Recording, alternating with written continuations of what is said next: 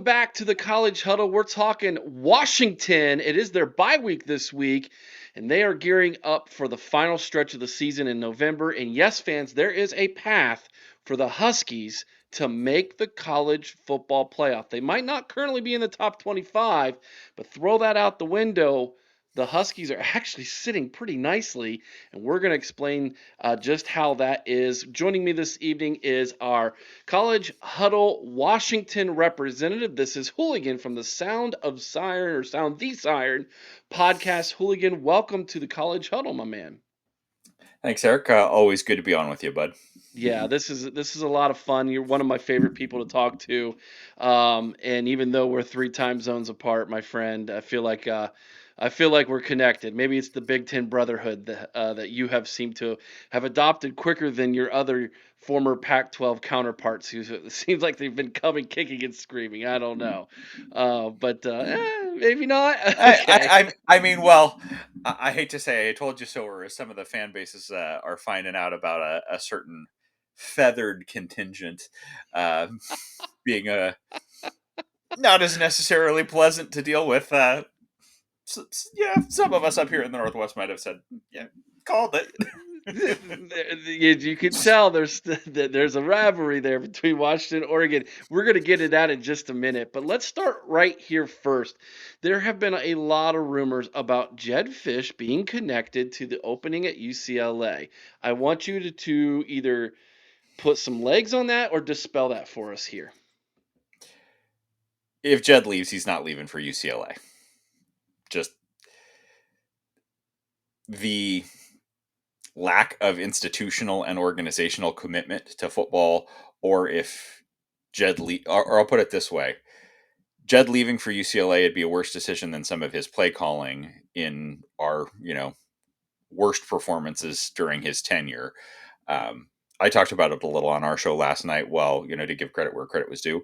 I think Jed had probably one of his best, if not his best day as a play caller this past Saturday against Illinois, coming off what was not his best performance at Michigan, leaving for what is a ongoing dumpster fire at UCLA with organizational and institutional leadership that just does not know what they're doing. I've seen things out there where what they're expecting to pay is like, if Washington may lose a sitting head coach. It's happened before.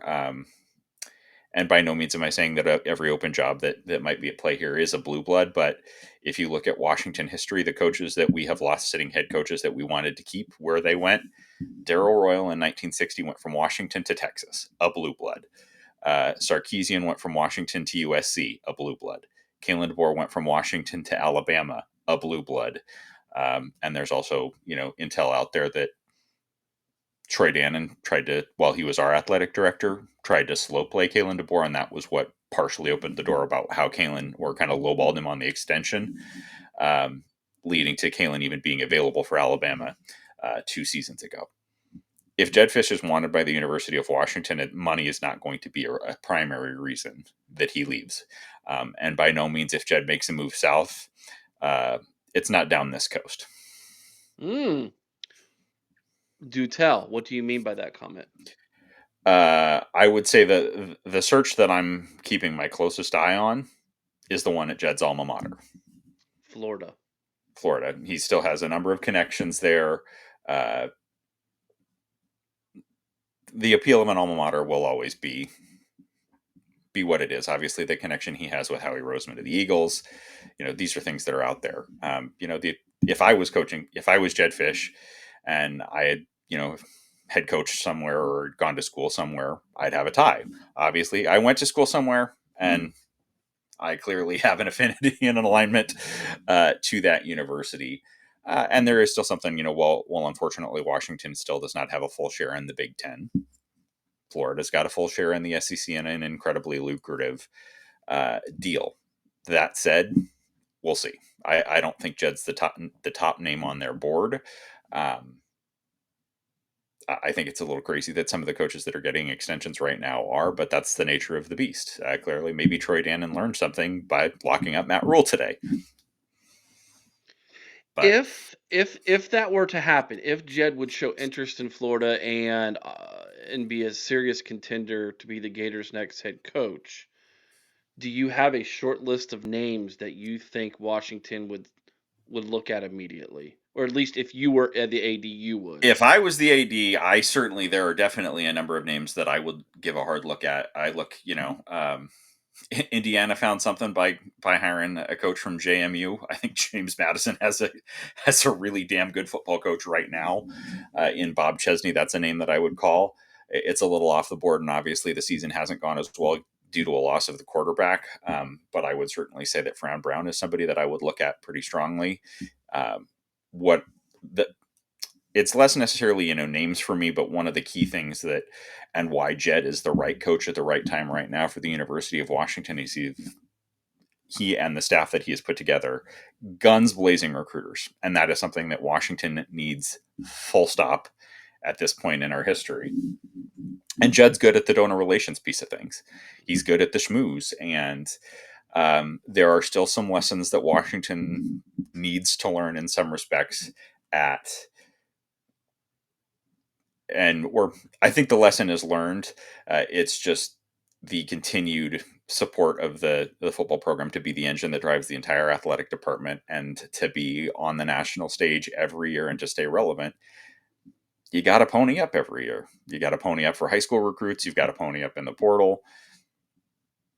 That piece of it is like I don't, and I think particularly, I honestly think that we would probably gravitate most. And I know Fran Brown isn't necessarily an offensive coach, but a really damn good recruiter, and so he gets that aspect. I would be very surprised if Jedd Fisch were to leave the University of Washington if we went kind of more of a defensive or old school mindset head coach. Mm.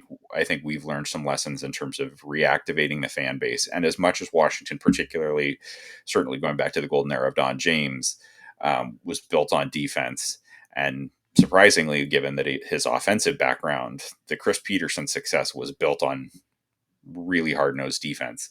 But to really get people coming out to Husky Stadium in quantity, the offense has got to show up. Hmm. As fun as it is to it just to particularly with where we are at our stage, like our nadir, kind of the worst era in our history, happened in the late 2000s, prior to Steve Sarkisian's arrival. That lost half decade to a decade in activating the recent graduates, and particularly in a city like Seattle that has such an influx of people that didn't. I'm kind of rare in current Seattle in terms of I grew up here. I've been a dog fan since I was yay high. There aren't as many of those because of how many new people there are to the area, and being able to hook new fans in by having an exciting brand of football. As the look at the Mariners, like this city gets activated when they have a product to Hmm. watch in a big way. And honestly, it's if you really like defensive football, I think that's kind of an elite, or more of an advanced fan that understands what they're seeing to Right. appreciate a 10-6 slugfest. Sure. um, but to get to bring in more casual fans, putting points on the scoreboard, it's a lot of damn fun. It is. It is absolutely. All right. Let's talk about how this team can still get to the playoffs here. So, looking at your what you've accomplished so far this season, to lay it all out for everybody, your non-con was 3 wins. You had Colorado State, UC Davis, and you destroyed Washington State in the Apple Cup. And then Ohio State, the number one team in the country, came to Husky Stadium. That was a loss, 24-6. You go on the road, you beat Maryland, you come home, you beat Rutgers, and then you go on the road into the big house and you lose 24-7 to the number 21st team in the country in Michigan. You come back home in a game that was basically an elimination game. Illinois, Washington. They both have 2 losses. 3 losses eliminate you from contention for the college football playoff. And you guys stepped to the plate and hit a home run, 42-25, just dismantling the Illini. Their season is basically done as far as a college football playoff is concerned. Yours continues to march on.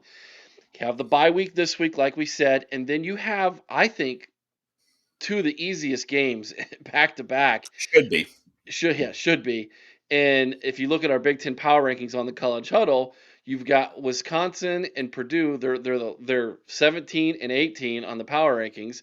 You're at Wisconsin. You host Purdue on the 8th and 15th, and then you have some of that old Pac-12 flair. You go to the Rose Bowl to take on UCLA, and then you host number 6 Oregon.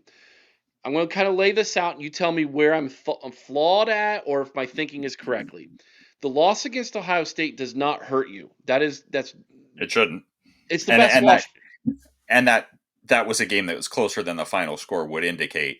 Um, Washington had some opportunities to make that a much different ball game and didn't capitalize on those opportunities. Trips in the red zone, a defensive bust right at the end of the first half that for some reason we forgot. Hey, we might want to put a couple of people or in the general vicinity of Jeremiah Smith. Might be a crazy thought, but crazy idea. And then definitely there were some officiating interest or interesting decisions from Every a roughing game. the pass. Yeah, a Every roughing the game. pass, a roughing the passer in particular that extended a drive that led to an Ohio State touchdown Yes. that would have been a very, very long field goal that either is 10-6 at that point or potentially is still a 7-6 ball game heading to the fourth quarter.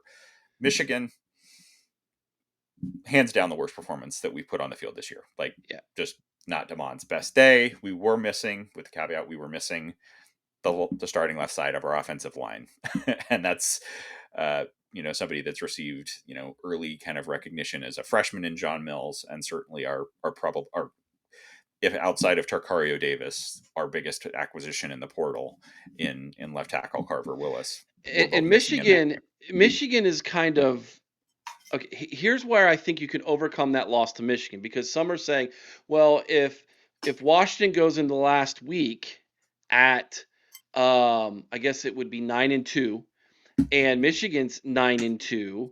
How can you put Washington ahead of Michigan since Michigan owns the head-to-head? It's very simple.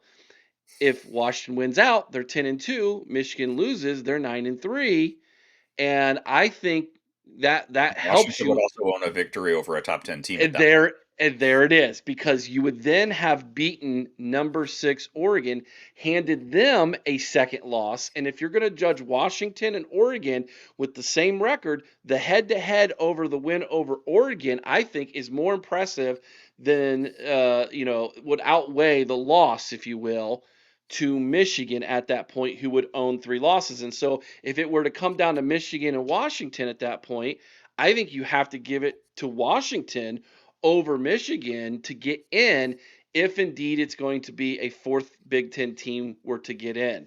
And plus, you'd have the argument at that point, we beat Oregon, so you can't put them in over us. Yeah, or Eric, you're putting me in an uncomfortable situation here to say something nice about Oregon. Oregon would also have a pretty significant argument that they lost to a 10-2 team and what very likely could be an undefeated team. Or you look Yeah, at Indiana's schedule, they shouldn't lose the rest of the way they're playing. So correct. Oregon would have a compelling argument as well. Yeah, So but you would also have the win head-to-head. yeah, no, absolutely. Like And I'm I not think saying Oregon if you're gets in over yeah, Washington, but what this is turning into is what's the criteria that they're going to look at, right? The CFP committee. And if I'm in that room with the CFP committee, I think the aspect that weighs the most, or should weigh the most, is head to head, because that is an outcome that was played on the game. We're not looking at how you looked at comparable teams. We're if not all looking at, records are equal, yeah. yeah. I think that would hold the most weight. It should. And so that's my argument for getting Washington into the CFP. If they win out and they have the win over Oregon, Michigan falls out with a 9-3 overall record, then Washington's sitting there with 2 losses, Oregon's sitting there with 2 losses. You have the win over Oregon, Ohio State, Indiana's in. Who's the third Big Ten team, or possibly a fourth? We don't know how this is all going to Or work yeah. out here in the end, because you're going to have a lot of SEC teams start giving each other 3 losses. You're going to have a lot of the Big 12 teams giving each other 2, 3 losses. I think a 2-loss team in the Big 10 will always outweigh a 2-loss team in the Big 12. Same in the ACC, So, if you ask me my opinion. There's a very good chance here Washington gets in this thing. yeah, I mean, obviously, I'd love to see it. And shouts out to that crazy podcast that put out a scenario with a whole handful of Big Ten teams that could end up with 10 wins. We're not getting to the full 10 with 10, but some of those scenarios are still alive. My my apologies to our colleagues from the Hawkeye show for not including them, but it was not an intentional omission or prediction on our part. It was in that crazy scenario that we were laying out, is it's how do we get the most Big Ten teams to Yeah. 10 wins Well, in an epic chaos scenario. I am not counting on the Hawkeyes getting to 10-2 I'm because not either, but that would mean they would have wins over Oregon and USC and Nebraska, who are three of their last five opponents here to finish the season. And I'm I just don't see a scenario where that's going to happen for Kurt I don't either, Tavares. but um, I certainly would love to see one of those wins in particular for the Hawkeyes. I'll let you guess which one. Well, I don't know that you do though, because don't you Eh, want to beat Oregon team who's in the top 10? Probably, but I wouldn't be heartbroken if we didn't. Okay.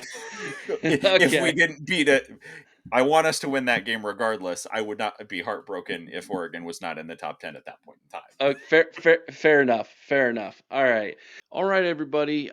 Last night while recording with Hooligan, I had an emergency that happened, and so I wasn't able to finish this video with him. He did send me his picks here for week number 10, so I'll be comparing mine with his. And of course, we'll be setting that up to see who could win head to head. If we agree on the first four, I'll obviously take the opposite of him on the fifth game, which is Cincinnati at Utah. And that'll be the conclusion of this video. I didn't get a chance for him to shout out his channel. So go over to Sound the Siren podcast if you're a Washington fan, excuse me, and or a fan of the Big Ten or the former Pac-12, and go give him and his guys a follow over there. They do great work. So links down in the description below. Go check him out. Or at the end of the video, I'll throw up their YouTube channel here at the end so that you can just click on it and go subscribe to what they're doing. All right, game number 1, 12 p.m. on ABC. You got number 9 Vanderbilt at number 20 Texas. Vandy 7-1 on the season. Texas 6-2. Texas probably going to be without Arch Manning. Might be an upgrade on the offense. Not sure. We'll have to wait and see. But Texas getting 2.5 at home. Um, so I'm gonna actually let me pull up Hooligan here. Let's see what he has to say. Okay, he and I agree. We're both going to lay the points and go with Vandy in this one. Uh, 2.5 for Texas. Vandy offensively, I think, is going to do enough to score on that Texas defense, score enough points, and I just don't have any faith in the Texas offense right now. So we're both going to take Vandy. 12 p.m. kickoff on Fox. You've got 3-4 Penn State on a 4-game skid without James Franklin going into the number 1 team's house. The Horseshoe, Ohio State 7-0 on the season. The Buckeyes getting 20.5 on this one. Hooligan says he thinks Ohio State wins and covers. Oh, we're going to go back to back. We're going to agree here. Penn State's a bad football team right now. I know they got some pride. I know they still got some good players. But the way Ohio State defensively is playing, holding opponents to under 7 points per game, it's like 6.5 or something like that. And the way in Penn State starting a redshirt freshman quarterback and only his second start on the road in the Horseshoe, this is going to be a bad day for Penn State. Feels like I'll take Ohio State to cover. Number 23 USC 5-2 on the season at 6-2 Nebraska. This feels like another kind of elimination game, very similar to what we were talking about with Washington and Illinois from a week or so ago. USC getting 6.5 on the road. It's a 7:30 p.m. kick on NBC. All right. I think we might actually disagree on this one. Hooligan says he takes USC to win and cover on this one. I'm going to lay the points here or take the points, that is. I don't know that Nebraska wins, but I don't think USC wins by 7 or more. I think this is going to be a close game. Give me the points. Um, yeah, we're gonna go. I'm gonna go opposite than Hooligan on this one. Number 18, Oklahoma, 6-2 on the season, coming off a bad loss to Ole Miss at home. Now have to go on the road, take on number 14, Tennessee, also 6-2. Tennessee getting 3.5. Kicks at 7:30 p.m. on ABC. Hooligan says Tennessee covers and wins by double digits, in his opinion. Ooh, mama. This is a desperate game for both teams in all actuality. You do not want to fall to 3 losses on the season. That pretty much eliminates you from the college football playoff. Tennessee at home, I think they're going to play well at home. Give me the Vols to cover. I don't know that's double digits, but I think they're going to win by more than 3.5. So give me the Vols. And then our last game, number 17, Cincinnati, 7-1 on the season, travels to number 24 Utah, 6-2 on the season. The Utes are getting 7.5 at home. It's a 10:15 p.m. kick on ESPN. That's a late kick for the Bearcats who are traveling out west. That could have to have a play a little bit here for that large number there for the Utes. Hooligan says Cincinnati upsets Utah. So he's going to lay the points and go with the Bearcats with the upset. I'm going to go ahead and say Utah covers. This is a tough one to pick, but again, Utah does not need to fall to 6-3. That would basically end their year. Chance to beat a team ranked higher than you. Vegas expects you to win. You got the home field advantage. Cincinnati's traveling cross country. And the Bearcats, up to this point, their schedule's been very, very weak. I think they kind of get. I think that foundation gets a big crack in it this game. I'm going to go with Utah to cover. All right, so we agree on 3, and then we disagree on USC, Nebraska, Cincinnati, Utah. We'll see. Will we both go 3-2? Will we go 2-3? Will we go 4-1? Will one of us go 5-0? I don't know.